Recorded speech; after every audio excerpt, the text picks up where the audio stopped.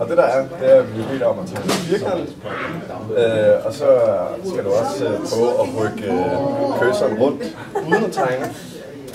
Og du skal skifte farve og skifte størrelsen på brushen. Okay. Og du går bare i gang med det lyst.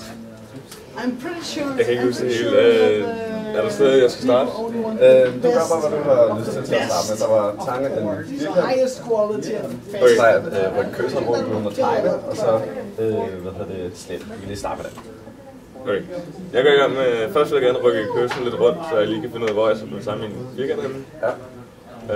Og det gør jeg sådan her med min hånd. Ja. Så peger jeg peger ikke på noget, så jeg tegner ikke. Ja. Jeg tænker, jeg vil gerne starte lige her. Og så når jeg begynder at tegne, så peger jeg. Og så gør jeg det sådan ned. Og så og op.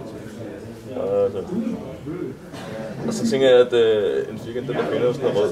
Så nu vil jeg gerne finde min røde farve, så jeg hiver jeg forestiller mig et farve i. Ja. Og så tænker jeg, at det starter. Hvordan får du det frem? Nej, lad os sige, at det gør jeg ved at tage min hånd herop, og så ligesom jeg trækker ned, fordi så trækker vi farverne hen, så vi kommer ud på midten her. Og så drejer jeg her. Så drejer du? Nu skal vi forestille os, det er et hjul, ikke? Så drejer vi, indtil jeg ser, at jeg hører ikke nogen blå. Okay, så drejer jeg en rød bil. Så vælger den. Okay, nu er den rød. Og så vil jeg gerne, så vil jeg igen. Så vil jeg gerne begynde at farve lidt rundt der. Farve bare. Are you playing Mario? In my head. It's just you running around jumping on Goombas and stuff. By the way, think about how horrible that is. Mario kills Goombas by jumping on them. Så tænker jeg, at det ikke var så pænt igen. Nu er jeg igen sted. They die. They just vanishes. Hvordan er det stedet? Which means that when he kills a fatso, det gør han igen. That means when he og så får vi en sigmahånd. They implode. Går vi ellers i gang med at viske. Which would require a lot more force than exploding. Var det med at skøre? Ja, du skal prøve at skifte størrelsen på den brush. Yeah, they just... Nå, ja, så lad mig lige få en igen. She sucks the black hole. Actually, Peach has a black hole underneath her dress again. Det kunne man gøre. Because the Mario's big. It's because they don't want to.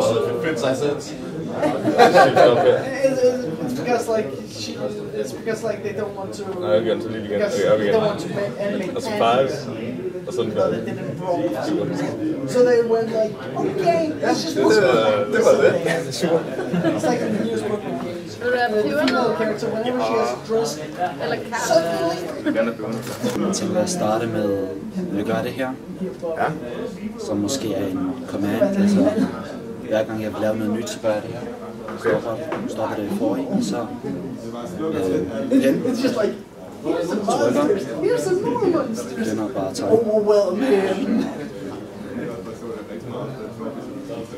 Og så er jeg færdig med at tegne, stopper og hvad er der så? Så er der, at du kan rykke køseren rundt uden at tegne. Okay, så... Men... Ja. Der var slette. Slette. Så tænker jeg... Fiskelederagtigt. Håndklud. Ja. Og så jeg rundt. Og færdig. Skift farve. Og så bort fra den oppe i højre hjørne, den er der ikke. Den er der. Måske... Det er ikke rigtigt.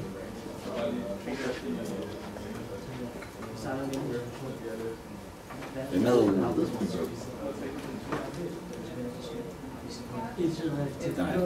Du kan også godt forestille dig, at en af dine gestures gør, at der kommer en anden op, for eksempel. Okay. Ja, hvad sker der så, når du gør sådan? Så kommer der måske nogle menuer, fordi det er ret svært at have så mange forskellige gestures. Så er der måske altså 3-4 ting, som man normalt ikke, som er svært at lave med gestures for eksempel. For eksempel det her er en underlig ting at lave, så det gør man ikke. Man gør bare det her. Så kommer der 3 menuer, og så på en af dem er der farve. Så går jeg igennem, vælger farve, og så kommer den der farveplet, tænker jeg også, skruer på den. Ja. Men der burde måske være nogle basisfarver til at starte med, som man kan vælge. Så måske 4 farver, 3 farver. Så trykker jeg på den ene af dem, og så kan jeg skrue på den. Og så vælger jeg den røde, tænker jeg. Ja. Og så trykker jeg. Tryk. Jeg må have et eller andet for 6 mand. Gerne vil skifte størrelsen til brush. Så har jeg brush, og så udvider jeg. Så tænker jeg, for at den ikke går ind igen, først udvider, så åbner jeg fingre. Så er den ligesom locked, og så bliver den bare ved med at udvide. Ja. Og så når jeg er færdig, så tryk. Han overlever lige nøjagtigt. Og det så skal det bare have det burner. Ja. Yes.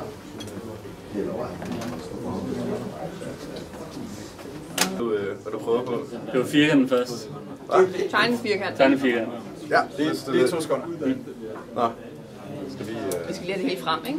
Og hele ideen er, at du ikke behøver nogen sådan menu til at skifte ting. Det gør du bare via gestures. Okay. Og så bare sige, hvad du forestiller dig, at man kan gøre. Okay, så hvis der nu er, jeg vil skifte til en anden farve, så det ikke er, jeg går op i en menu? Nej. Okay. Så siger du bare, nu prøver jeg at skifte til grøn, for eksempel, ja. og så gør skal jeg gøre lave en test? Ja. For den farve? Okay. Og det første var en firkant? Ja. Så vil jeg godt tage. Ja. Jeg købte den flot. Og så flytte køsen rundt, men uden at du tegner samtidig.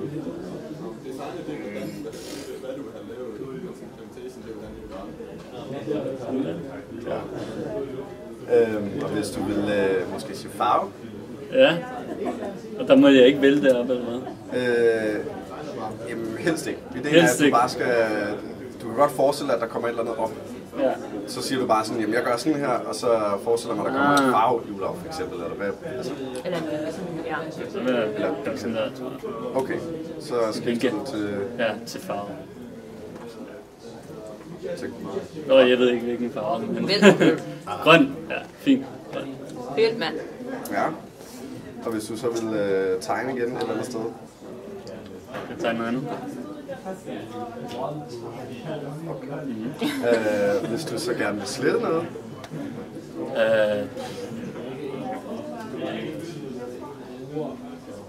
Ja. Og skifte størrelsen på din brush.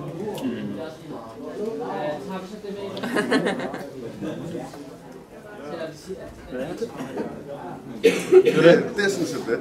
Fedt. Og jeg gjorde alt det der selv. Okay, skal jeg bare begynde med noget? Ja, og så siger du bare, hvad du gør. Okay, så først vil jeg tegne firkant. Ja.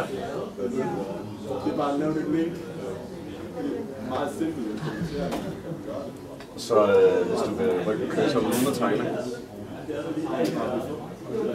Sådan der. Ja. Hvis du vil slette noget.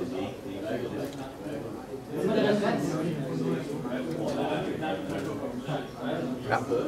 Og skifte farve.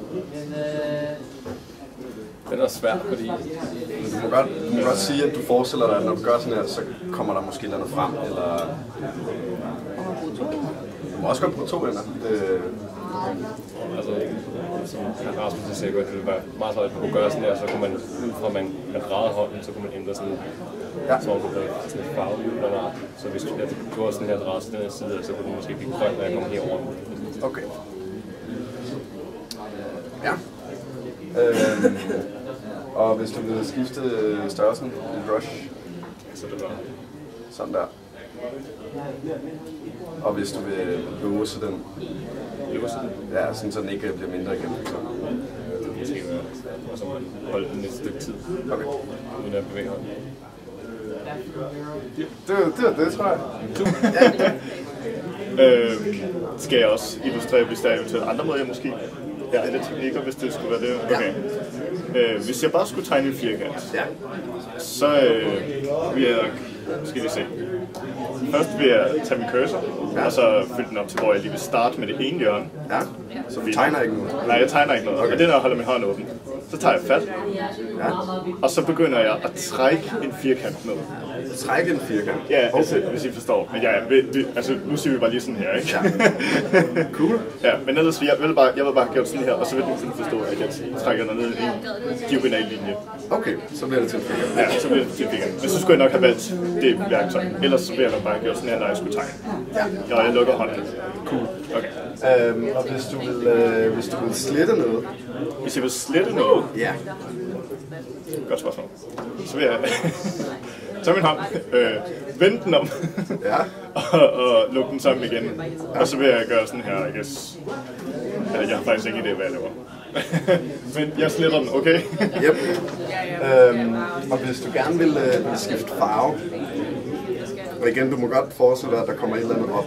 Okay, ja, så tager jeg bare min swatch, der er derovre. Ja. Derovre. Og så vil jeg klikke, og det gør jeg via håndtryk. Og så vil jeg flytte cursor, og så vil jeg begynde at tegne i. Ja. Shit. Og hvis du vil skifte størrelsen på din brush? Skifte størrelsen på min brush? Altså personligt selv, så vil jeg faktisk i et gesturebaseret system, så vil jeg ikke have så mange menuer. Jeg vil hellere have det i håndbevægelse. Så jeg ved sgu ikke helt, hvordan jeg skulle gøre det. Vi kan sige sådan her. Holder hånden op, og så tager jeg min anden hånd. Og så gør jeg sådan her. Trækker ud. Okay. I forhold til sådan radiusen, hvad vi kan sige, ikke? Og så er den nu større, og så tager jeg igen, ikke? Cool. Det var det. Okay. Og du, hvis du er næste i... Nej, tak. Det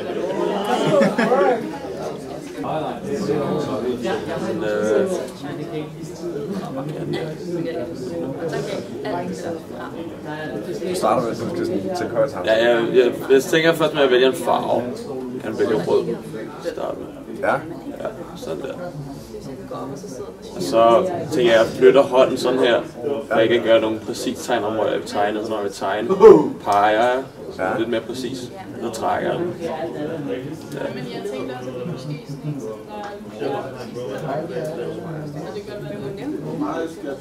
Ja. Og ja, hvis du vil slette det så, ja, noget af det. Der vil jeg nok, hvis jeg vil trække den rundt med flad hånd, så vil jeg måske åbne hånd sådan her. Ja. Og viske. Ja. Ja, nu skal jeg sidde og finde det godt.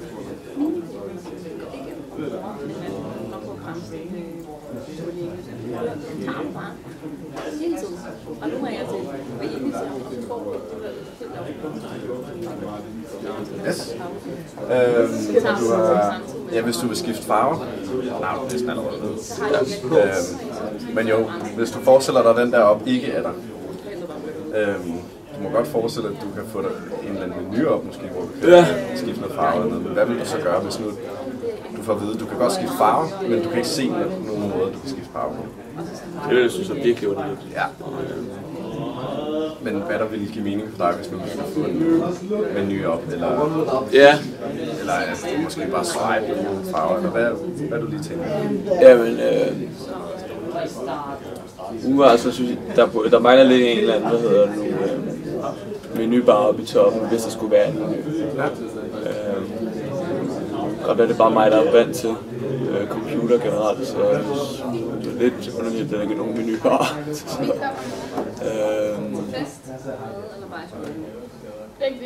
Altså, jeg skal skifte farve uden at gå op og vælge en.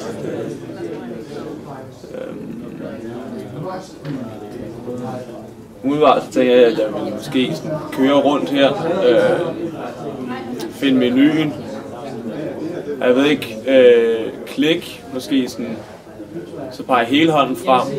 Ja. Og derfra så swipe igennem. Og hvis du vil skifte størrelsen på din brush, så vil jeg bruge flere fingre sådan centreret. Så hvis det var en streg, så 2 fingre der, flere fingre der. Det er godt nok lidt begrænset. Det begrænser den kun til 5 forskellige størrelser, ikke?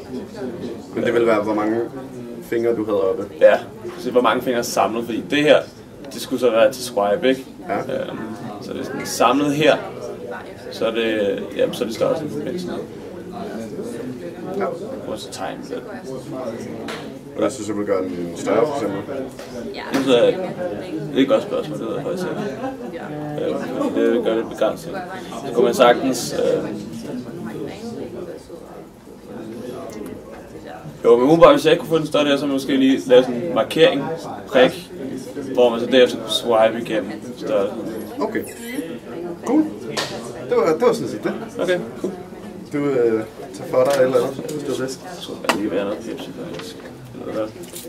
Det hjælper din bror 1 eller 2, det kommer til dig, og lad du gøre det. Bare hvad der falder dig. Bare hvad der falder dig.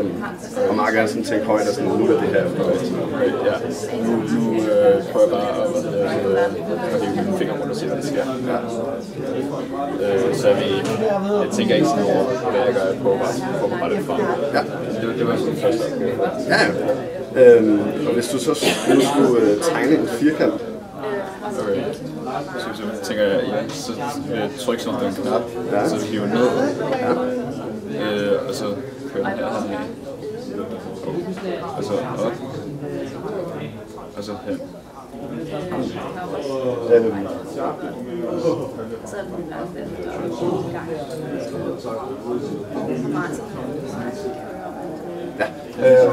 hvis du vil slette.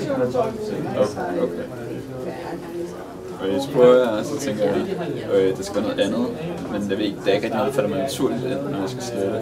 Jeg ved ikke, jeg prøver måske 2 fingre. Ja. Det gør det større. Men det sletter. Okay. Så deroppe.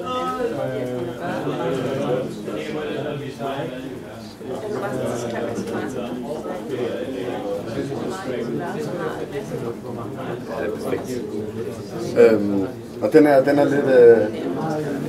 lidt underlig, men hvis du vil skifte en farve, og du ser bort fra den her farveskala, vi har ved højre hjørne, du må godt, hvis du tænker, jeg gør det her, så popper der måske en farveskala op, du kan skifte det. Men der er ikke nogen menu som sådan. Det er mere, hvis du bare vil skifte farve, bare vil hjælpe dine hænder. Okay. Så jeg skal ignorere den der farveskala, så jeg bare skifte farve til noget? Ja. Okay. Er det noget, jeg skal sørge for noget, at en farveskala kommer frem, og så skal jeg klikke på den? Eller hvis det giver mening for dig, så ja. Bare du til. Jeg prøver at gøre sådan her. Og hvad skal du så? Det var, hvad du tænker. Så jeg tænker, at så vil jeg måske med en menu frem eller noget. Ja. Så gør sådan her. Det gør jeg ikke. Så tænker jeg på... Jamen, der kommer ikke nogen menu op, det er bare for at høre, hvad du tænker på det. Okay. Altså jeg tænker, at for at få en farveskala, hvis du sagde, at jeg skulle ignorere det på døren, ikke? Ja. Okay. Så tænker jeg, så nu har jeg bare et langt så tænker jeg, for at få en farveskala, på en eller anden måde at have en menu frem. Ja. Og der vil jeg sådan gøre et eller andet sådan, måske. Så kommer der en menu. Eller sådan, eller et eller andet, ikke? Ja. Eller også måske, jeg skal måske tage cursor ud i siden af billedet, og så få en menu frem på den måde, at det sådan, ligesom kommer en ligesom et eller andet ud der. Okay. Sådan som, ligesom på en traditionel. Ja. Man kan så bruge det som en cursor. Ja. Det er sådan nok, jeg så sådan en point and click. Jeg kan bare i princippet bruge det som en mus, men ellers så ikke en tid. Og ja, den sidste, hvis du vil skifte størrelsen på din cursor eller brush. Okay. Det var den vist.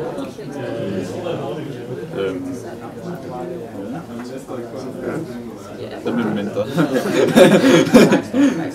Okay. Ja. Yes, måske. Eller også... Ja, jo. Ja. Nok sådan, jeg vil gøre det, tror jeg. Eller også skrue. Men så kommer man også til at tegne lidt, måske. Skrue kunne også fungere. Ja. Og så er det bare fra december. Så skulle vi give sådan noget feedback lige hurtigt. Så vi kan se et ergonomisk det problem i, at man sidder og bruger skuldrene rigtig meget, når man skal gøre sådan her. Hvis man, altså måske kan man støtte den, og så fungerer det i hvert fald bedre. Ikke? Men i hvert fald, hvis man sidder sådan her og rent sådan skuldermæssigt bruger den meget små bevægelser, så skal du hurtigt få en skade heroppe. Altså, jeg synes, det var meget færdigt. Ligesom museskader og sådan noget. Okay. Tak. Og du, hvis du vil have noget pebernødder eller cola eller et eller andet? Uden at tegne. Og det gør du sådan der.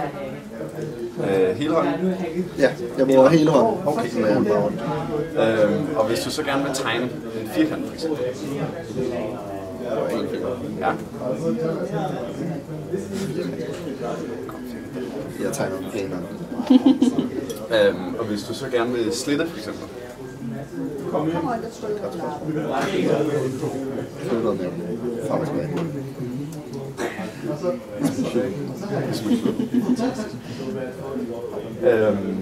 Og så vil du gerne skifte farve. Og den er lidt tricky, fordi du skal forestille dig, at den oppe i hjørnet ikke er der. Og du må gerne få 2 ender, hvis du er, men du må også gerne forestille dig, at der kommer bare for et eksempel, et farvehjul op for eksempel, hvis du gør det. Du skal bare sige, nu gør jeg det her, fordi så kommer der det her frem, og så kan jeg gøre det her. Hvis du gør sådan. Det kan også være noget, bare hvad der falder dig ind, som det kunne være. Ja. Sådan vil jeg lige skifte. Hvis man nu med den anden hånd så også styrede farven, så man kørte rundt, så var det ligesom sådan en der pegede ind, og så drejede man bare ind, til man nåede til det sted, man kom til. Okay.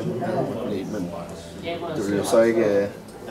Man kunne ikke customize det så meget, men man kunne jo vælge ud fra en preset, ligesom der. Ja, det tænker jeg. Så du vælger en eller anden farve? Ja, muller rundt, og så vælger jeg rød.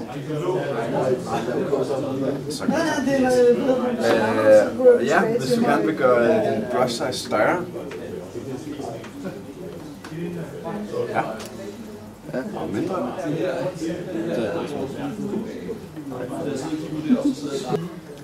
Men du skal bare tænke højt. Så hvis nu at jeg beder dig om at tegne en rød streg for eksempel, så siger du okay, det jeg gør sådan her, okay, og så videre, og så sker det her der. Så overvejer om jeg kan flytte den ud. Det gider ikke rigtig lade sig gøre. Det gider ikke. Jamen det er kun dine hænder. Okay. Og første opgave, det er bare, at du gerne vil rykke køseren rundt, men uden at du tegner det. Det gør du. Så. Okay.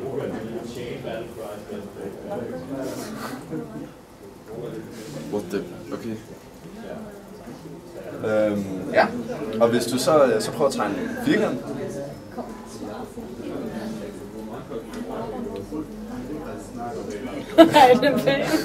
Jeg forstår ikke, hvordan får den til at tegne. Det altså, min tanke er, jeg sidder her og tænker, hvad er det, der får den til at begynde at tegne? Det er sådan lidt... Jeg har det som om, at det er jer, der styrer den, og det her er bare en kæmpe joke. Okay. Jeg tænkte bare, at jeg ville lukke hånden, fordi jeg tænkte, det var den eneste bevægelse, jeg kunne lave med hånden. Og så håber jeg lidt, at jeg kunne gøre sådan her med begge to. Men det... Kan man så gøre sådan her? Du skal bare sige hvad du...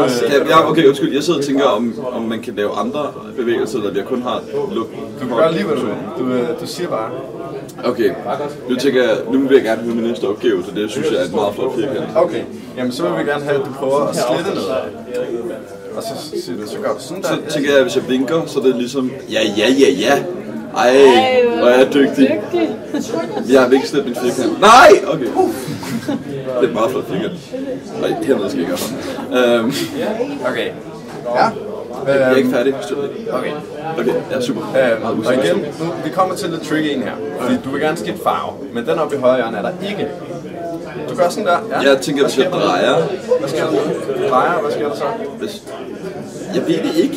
Du vil bare sige jeg tænker, hvis jeg drejer, så skifter den farve, eller også så gør jeg op. Okay, nu flytter du lige med. Tak. Hvis jeg gør sådan her, der, så ned, ja, hvis jeg lukker hånden deroppe, som jeg gjorde, da jeg tegnede, som jeg tager farven, og så efter. Tak. Og så, ja. perfekt. Jeg har det stadig som om den anden, der styrer den, når de bare lader som om de følger efter min hånd. Det er virkelig sådan, det føles. Som en, der sidder ved musen og bare sådan styrer, hvad de gør, fordi det føles virkelig mærkeligt. Ja. Hvis du så gerne vil skifte din brush size. Det synes jeg gjorde før. Sådan her, hvor jeg løfter og åbner hånden så vidt som muligt. Men så forstår jeg bare ikke, for hvis jeg så vil, kan jeg så gøre sådan her, for så få den til at gøre det mindre. Kan jeg lukke hånden for at få den til at blive mindre? Det kan jeg godt, okay. Fedt. Jamen, det er et genialt system. Nu, okay. Tak. Ja, helt sikkert. Okay. Godt nok hurtigt. Kan jeg så... Nu tænker jeg så, at jeg vil skrive noget til jer.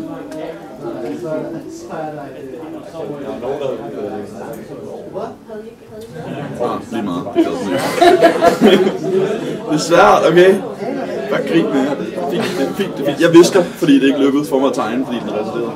Nej, den er ikke resideret. Det var sådan set alle opgaverne. Jo. Det var fantastisk, det der. Hvorfor var det det? Fordi at... har du følelsen? Er der en anden, der styrer? Ja, jeg vidste det. Jeg fucking vidste det. Så... Det følte jeg lidt det her. Så gør du sådan der. Ja. Ja. I was sitting this book tomorrow morning, right? Okay. Du skal bare tænke højt, når du vil prøve. Så hvis nu du vil tegne en firkant. Hvis jeg vil tegne en firkant, ja, så er jeg nok sådan... Prik. Ja. Ja. Ja. Præcision er ikke min stærk side, kan jeg se. Perfekt. Smooth. Hvis du så vil slippe firkanten, eller noget af firkanten. Tror jeg, hvorvidt.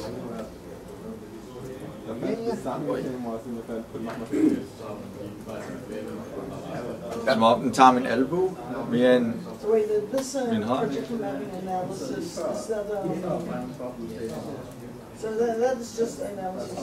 Ja. Og nu er der en, der er... Den er lidt underlig. Okay? Vi vil gerne bede dig om at skifte farve, men vi vil gerne have, at du ser bort fra den op i højre hjørne. Og igen, du tænker bare højt, hvad du forestiller dig, at du vil gøre, hvis du vil skifte farve. Så funktionen er der ikke endnu. Nej. Så hvis du vil, lad os sige, du vil måske bare... Jeg tror bare, jeg vil bladre. Okay. Bare sådan scroll gennem farverne. Og hvad sker der så, når du bladrer? Sker der noget på skærmen, eller? Der kunne komme der kunne bare være et enkelt farveikon oppe i hjørnet, og så bladrer du bare igennem det, eller sådan noget. Eller også highlight, så kan du se, hvad det er, der er selected. Ja. Det vil være fint.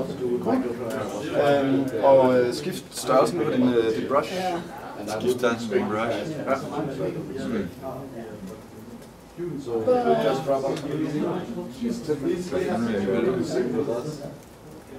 Måske bare sådan... Ja. Ja, hvis du så vil gøre den mindre. Roligt selv.